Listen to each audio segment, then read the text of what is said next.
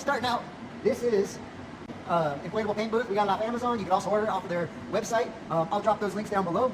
This is the 33 foot long by 25 wide, and it's 15 foot tall. They have a diagram on their pictures there, so if you want like the exact dimensions from outside, or because they do have these little ribs in here that do change the inside dimensions. There's no wall in the back, it's just wide open all the way inside.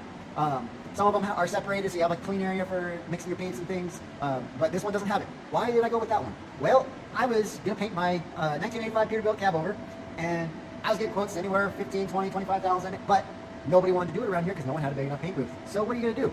Buy an inflatable paint booth and do it yourself. That's what. I believe we got it during COVID. It was somewhere around, I don't know, $1,300, $1,400 I think. I have to check my records, but last time I looked on the link on Amazon, it was like $1,600 for this large paint booth. They do have other sizes, so if you want to just do like a small car and paint, you know, parts and things, they do have other ones. Overall, this was the best size that fit my needs to be able to put my semi-truck in here.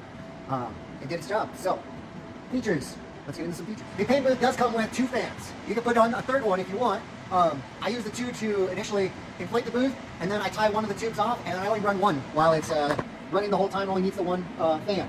Then I kick the second one over to the blue tube, which you'll see right here. That inflates and blows clean air coming into the paint booth. There's a little black filter material up at the top here where the air comes out. There's a couple of little ribbons on there to show like, hey, there's air moving.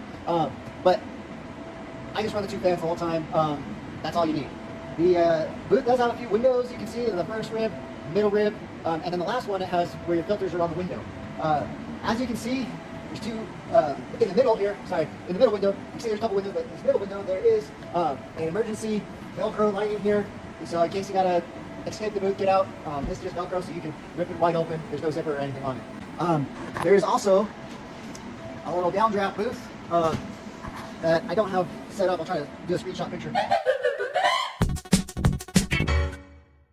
But that Velcro is over the filter housing here.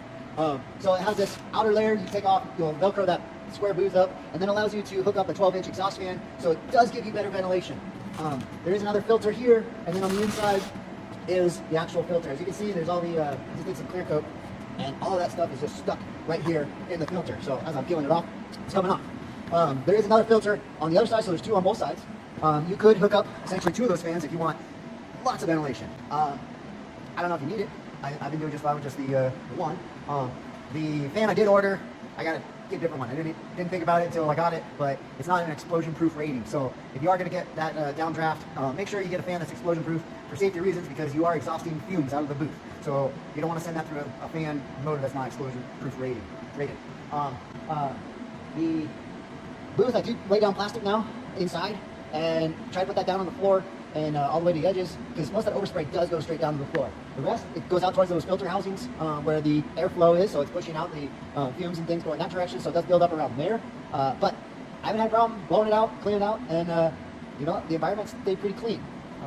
This next part I'm going to go inside and show you what I was just working on, see what you think. Alright, so inside the booth you can see these are the filter housings. The orange overspray here is still from the first project that we had. The overspray definitely did accumulate more towards the filters, but again, I was spraying right in this area the first time because the cab over was sitting right here at the front of the booth, so you were going to get a lot of that overspray right here. I think the truck was only, you know, a few feet from the door that I had space-wise. I had scaffolding and stuff set up in here. If you haven't checked out that video, go back to my videos and check out, you know, painting our cab over in an inflatable paint booth. But you see there was some overspray, and that stuff's pretty much on the booth. It's not coming off. You know, I wiped it down, blown it out, and it's pretty much to the booth now.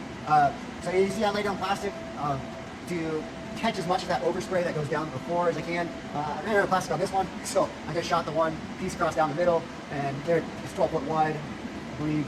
It's either 10, 12 foot wide plastic that I have. So I only had enough to do one shot across. I usually lay down 2 pieces, but I gotta run and get more plastic. This is a service body going on a work truck. You can see we did some primer work, base coat, or sealer coat, base coat, clear coat on this one. It's metallic gray.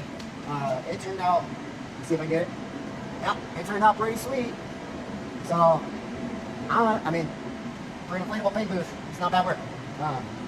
There's a little bit of dust on it because I already unmasked it, and then used the air hose to blow a lot of it off. But as you can see, this bed is all full of dirt.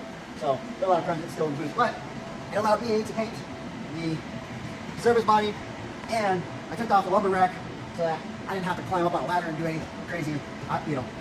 Painted, but I don't like painting on the ladders, but I was able to just paint this right on the ground, and be able to just walk around, spray everything inside. So, take a little step back. You can see there's quite a bit of room in here. And overall, I'm pretty happy.